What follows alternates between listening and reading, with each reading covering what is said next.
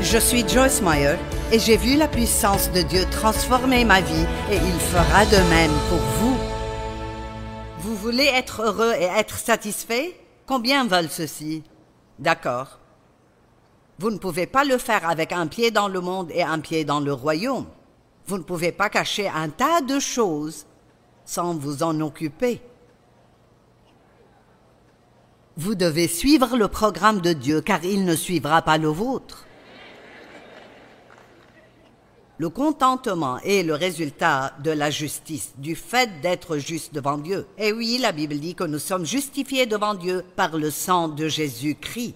Il nous donne la justice, mais ensuite, nous sommes censés travailler avec le Saint-Esprit pour faire fructifier cela en un comportement juste.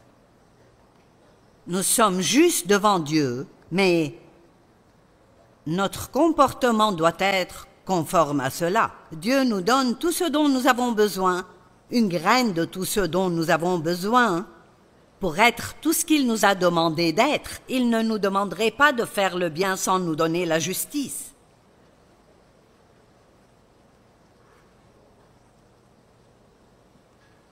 Le mécontentement signifie être malheureux, insatisfait, ou éprouver un sentiment de ressentiment. Et écoutez ceci, les mécontents en veulent à ceux qui ont ce qu'ils veulent.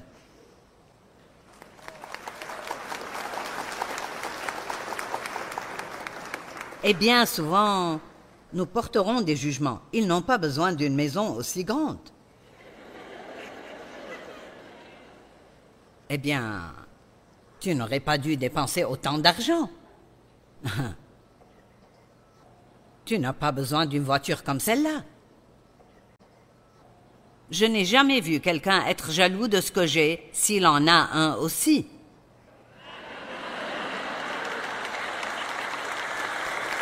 Allez. Eh bien, il y a quelque chose dans la Bible appelé l'avidité. Et l'avidité n'est pas un petit problème, c'est un gros problème. Et nous devons le combattre, tout comme nous combattons la tentation d'autres péchés. Et la vie dit plus, plus, plus. Je veux plus. Et la société dans laquelle nous vivons aujourd'hui est une société avide. J'en ai déjà 25, mais j'en veux un autre. Plus. Et la Bible a des choses intéressantes à dire sur l'avidité, et elles ne sont pas jolies. Proverbe 1,19 « Tel est le sentier de tout homme assoiffé de profit. Le gain malhonnête cause la perte de son propriétaire. » En d'autres termes, vous ne pouvez pas être avide et vivre la vie que Jésus est mort pour que vous la viviez. Maintenant, écoutez, nous naissons égoïstes, mais nous renaissons généreux.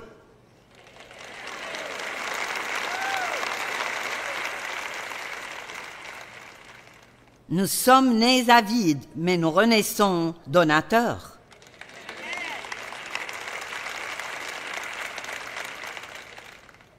Lorsque vous pourrez dépasser l'égoïsme et réellement devenir des donateurs agressifs, la joie que vous ressentirez sera merveilleuse.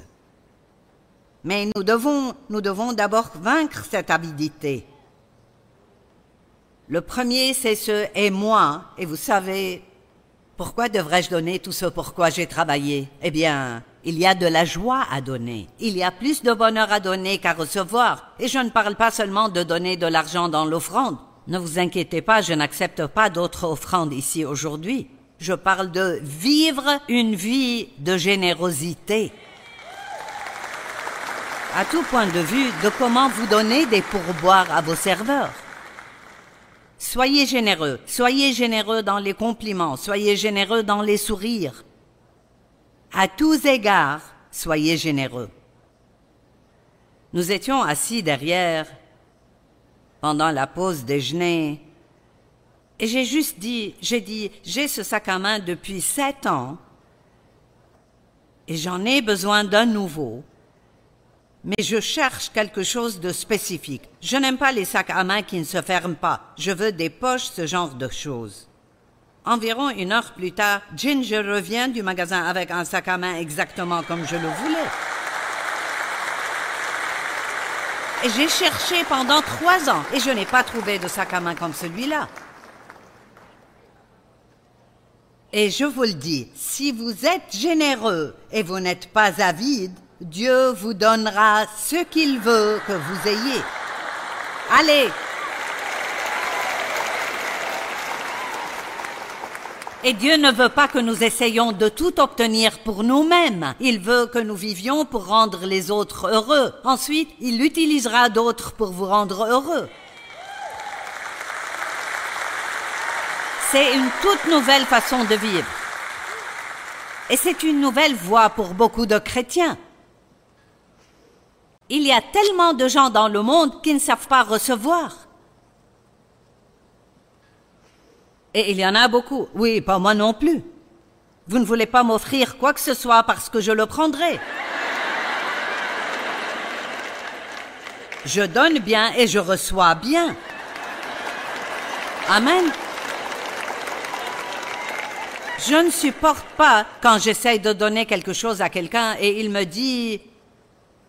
C'est vraiment faux, du genre « Oh non, non, non, non, non, non, non ». Je me dis « Tu sais que tu le veux, pourquoi ne pas le prendre et dire merci ?»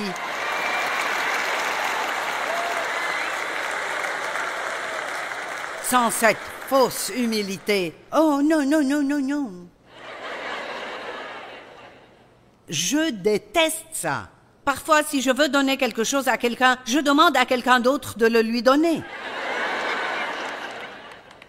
Amen. Et vous savez, nous avons tous des domaines spéciaux dans notre vie. J'achète des chiens aux gens. Ne m'écrivez pas pour me demander un chien. Mais j'avais un chien pendant 12 ans et je l'aimais tellement et c'était une période différente de ma vie. J'avais beaucoup de gens pour m'aider. Et j'ai essayé 4 autres fois depuis lors d'avoir un chien et mon mode de vie et les chiens ne vont pas ensemble. Et donc, j'ai acheté et j'ai donné 4 chiens. Et maintenant, j'aime acheter des chiens. Alors quand j'entends parler de quelqu'un qui veut un chien, je me dis, j'en fais mon affaire. J'ai beaucoup de chiens qui portent mon nom.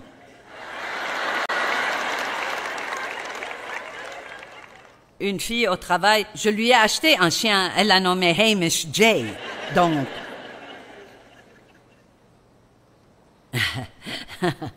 je sème des graines et un de ces jours, j'aurai le chien que je veux. Amen. J'en voudrais un qui ne fasse pas pipi ni caca. Si quelqu'un en a un comme ça, je le prends. Oh mon Dieu, le dernier chien que j'ai eu... Il était si gentil. Son nom était Duke. Mais je me lève très tôt le matin, je veux dire parfois à 4 heures du matin, et il fait noir dehors à 4 heures du matin, et vous devez prendre Duke faire ses besoins. Et je me suis enfermée hors de la maison. Et je portais un pyjama avec bretelles fines. Et je ne pouvais pas réveiller Dave, je n'avais pas mon téléphone. Je n'avais pas ma clé, je ne pouvais appeler personne, je ne pouvais pas entrer. J'ai dû me rendre chez un voisin à 4 heures du matin en pyjama. Et je connaissais à peine cette femme. Et elle m'a regardé en disant « Qu'est-ce qui ne va pas ?» J'ai dit « Puis-je utiliser ton téléphone ?» Je me suis enfermée hors de chez moi, j'ai pensé...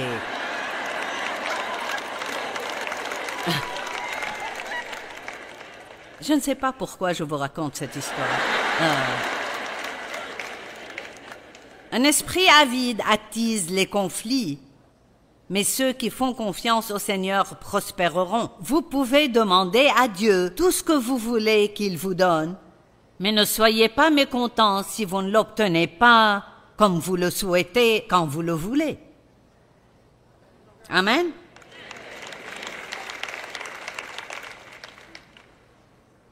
L'avidité doit être un problème très sérieux parce que dans 1 Corinthiens 5:11, Paul dit « Ce que je vous ai écrit, c'est de ne pas entretenir de relations avec quelqu'un qui, tout en se disant « Votre frère vit dans l'immoralité sexuelle », nous comprenons cela.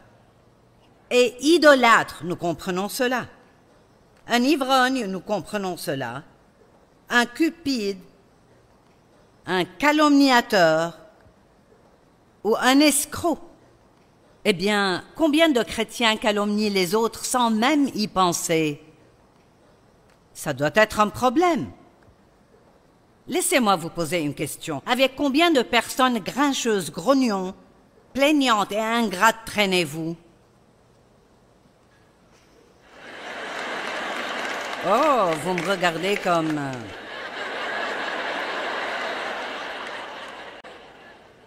Savez-vous pourquoi Paul dit qu'il ne faut pas traîner avec eux? Parce que tout ce que les gens portent, vous le porterez. Laissez-moi vous le dire, l'esprit qui est sur eux viendra sur vous. Écoutez-moi tout le temps et vous commencerez à sonner comme moi. J'ai eu des gens qui disaient « Mon mari a dit que je parle comme toi. » Eh bien, oui, si vous écoutez beaucoup quelqu'un ou vous êtes souvent avec lui, vous allez adopter certains de ses traits. Je le dis toujours, vous pouvez sortir avec des non-croyants tant que vous les affectez et ils ne vous infectent pas. Nous ne voulons pas ignorer les non-croyants, mais nous devons nous assurer de ne pas prendre ce qu'ils essayent de nous donner. Amen. Donc soyez prudents. L'avidité est un esprit démoniaque. Il n'y a rien que le diable déteste plus que la générosité. Il n'y a rien qu'il déteste plus que les gens qui financent la prédication de l'Évangile.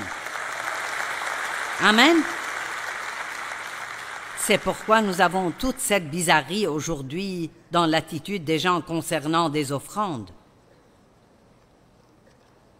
Vous devez faire attention maintenant, ne pas prononcer le mot prospérité. Eh bien, j'ai regardé l'autre jour, le mot prospérité est dans la Bible 121 fois. Qu'y a-t-il de mal à le dire? Dieu veut que vous prospériez.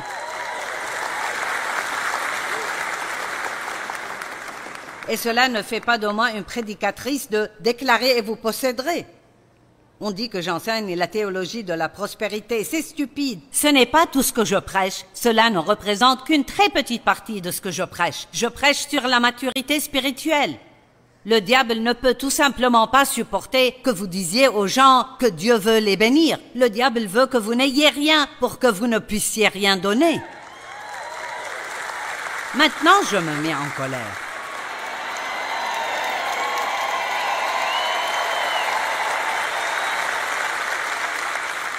Savez-vous que partout où vous allez, les gens vous parlent d'argent et vous vous y attendez? Pourquoi l'Église est-elle le seul endroit où les gens sont offensés par ça? Tout ce que tu fais, c'est parler d'argent. Eh bien, si vous aviez mes factures, vous parleriez aussi un peu d'argent. Et nous ne demandons vraiment rien aux gens. Savez-vous pourquoi? Dieu s'occupe de nous. Nous n'avons aucune dette. Savez-vous pourquoi? Parce que notre ministère est un ministère généreux et Dieu répond à nos besoins. Nous prenons soin des pauvres et il répond à nos besoins.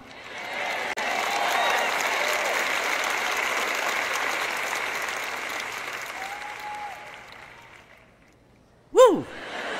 Je passe du bon temps. Donner est tellement amusant. Arrêtez donc de penser à vous-même assez longtemps pour écouter ce que les gens disent. Les gens vous diront ce dont ils ont besoin. Je n'essayais pas exprès de dire à Ginger que j'avais besoin d'un sac à main. Nous parlions, mais elle m'a entendu. Et elle est passée à l'action. Et c'est ce que je fais. J'écoute ce que disent les gens, puis j'agis. Dieu m'a dit, il y a longtemps, arrête de me demander de faire des choses que tu pourrais faire et que tu ne veux pas faire.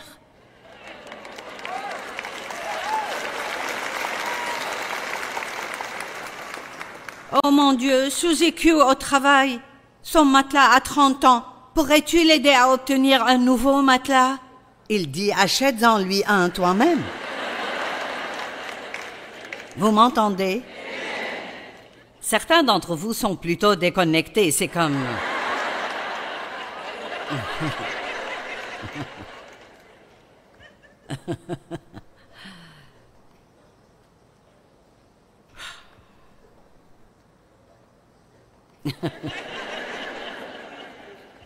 Oui.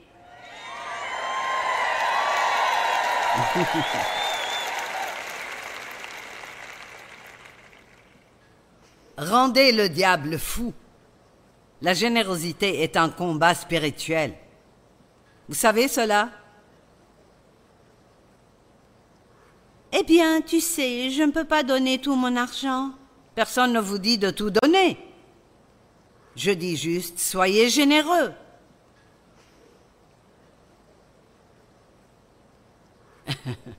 Si vous donnez la dîme, ne donnez pas 12,31 $. Soyez au moins assez généreux pour arrondir le montant au dollar supérieur.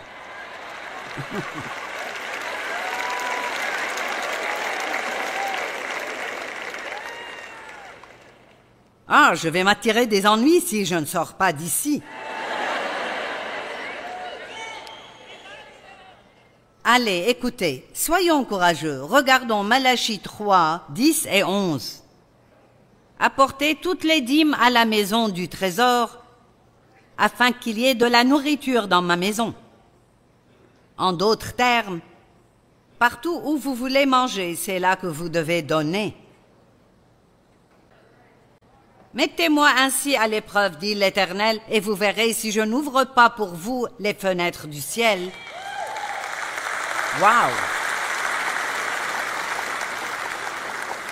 Je suis contente qu'ils ne disent pas « Mettez-moi à l'épreuve et vous verrez si j'entr'ouvre la porte pour que vous ayez quelques gouttes. » Il dit non, je vais ouvrir les écluses du ciel et déverser tellement qu'il n'y aura pas assez de place pour que vous puissiez tout attraper. Je menacerai l'insecte vorace afin qu'il ne détruise pas les produits du sol. Eh bien, j'avais des fourmis partout dans mon évier ce matin. Dieu détruit ces parasites.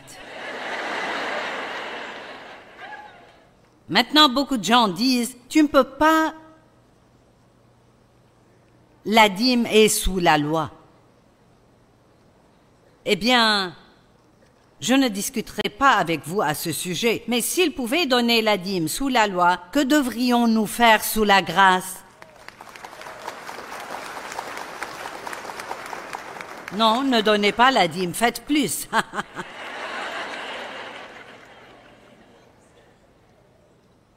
Même Jésus a parlé de la dîme. Dieu dit de bénir vos ennemis. Écoutez, si vous êtes jaloux de quelqu'un et vous n'arrivez pas à vous libérer de cela, je vais vous dire comment le faire. Allez lui acheter un cadeau. Je ne plaisante pas. Vous avez appris qu'il a été dit, tu aimeras ton prochain et tu détesteras ton ennemi. Dans l'Ancien Testament, il pouvait détester. Nous ne pouvons pas faire cela. David a fait de mauvaises prières pour certains de ses ennemis. Mais moi je vous dis, aimez vos ennemis et priez pour ceux qui vous persécutent.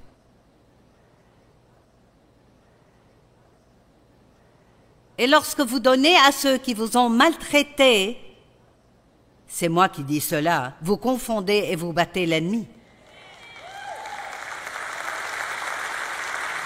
Que va-t-il faire de vous si vous donnez à vos ennemis?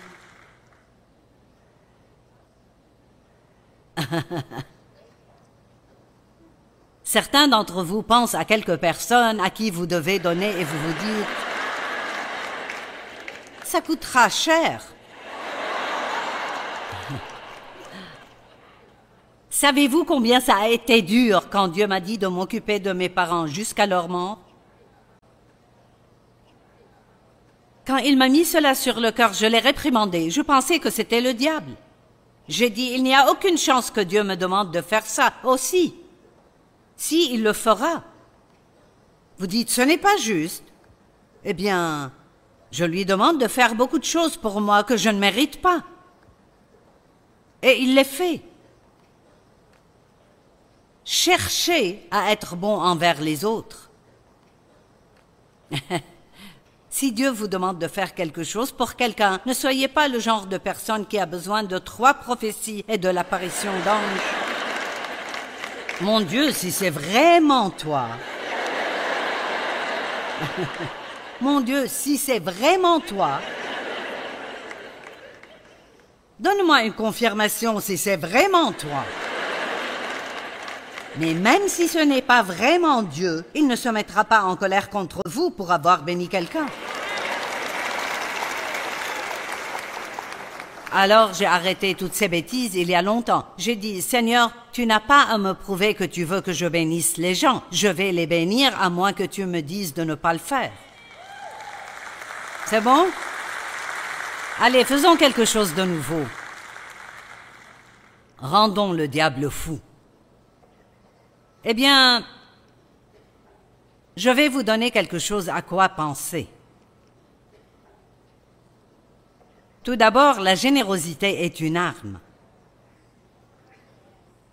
Il y a quelques-uns d'entre vous ici qui savent de quoi je parle, pas tous, mais il y en a quelques-uns. Cacher votre argent dans une banque ne vous rendra pas heureux, et je ne dis pas de ne pas économiser de l'argent.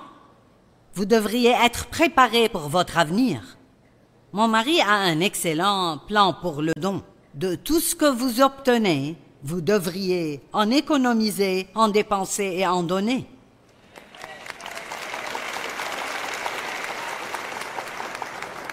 Personne ne veut que vous travailliez et que vous ne dépensiez jamais d'argent pour vous-même. Je ne parle pas de ça. Mais ne gardez pas tout.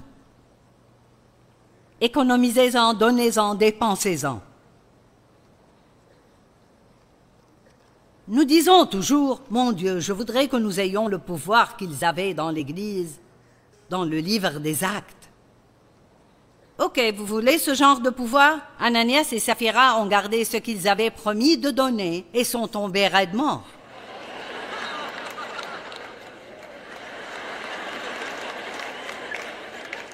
Peut-être que je ne veux pas de ce genre de pouvoir. Et savez-vous comment ils vivaient? Tout le monde vendait tous ses biens et ils apportaient tous l'argent aux apôtres et tout était partagé entre tout le monde. Personne n'était dans le besoin. Eh bien, nous ne voulons pas vivre comme ça, n'est-ce pas?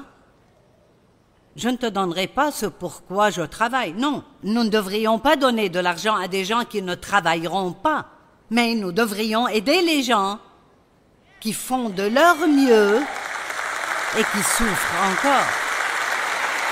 Amen.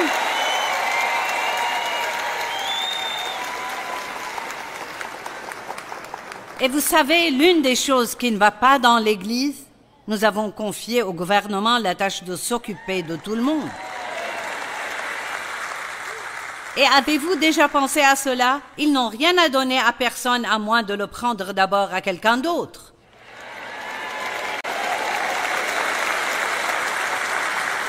Oui, nous allons vous aider, mais nous augmenterons vos impôts. Ce n'est pas bien parce qu'ils donnent beaucoup d'argent à des gens qui ne veulent rien faire. Ils n'accepteraient pas de travailler. Dieu a dit que si vous ne travaillez pas, vous ne devriez pas manger.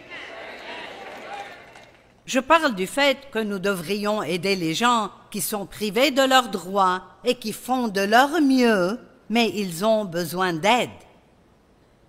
Amen. Nous devrions toujours aider les gens comme ça. Si nous avions encore une semaine, nous pourrions réparer les choses, n'est-ce pas?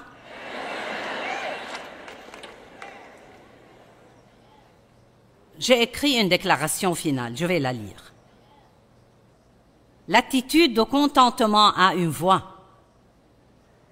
Elle dit que vous faites confiance à Dieu. Elle dit que vous êtes reconnaissant pour ce que vous avez. Soyez satisfait de ce que vous avez et Dieu vous donnera davantage lorsqu'il verra que vous êtes prêt. Le contentement est la porte du bonheur. C'est un combat spirituel contre le diable. Si vous n'êtes pas satisfait, alors vous chercherez l'épanouissement au mauvais endroit. Rappelez-vous que les biens ne peuvent pas satisfaire. Seul Dieu lui-même et sa volonté peuvent nous satisfaire complètement. Si vous n'êtes pas satisfait, ne cherchez pas ce que le monde a à offrir. Cherchez Dieu.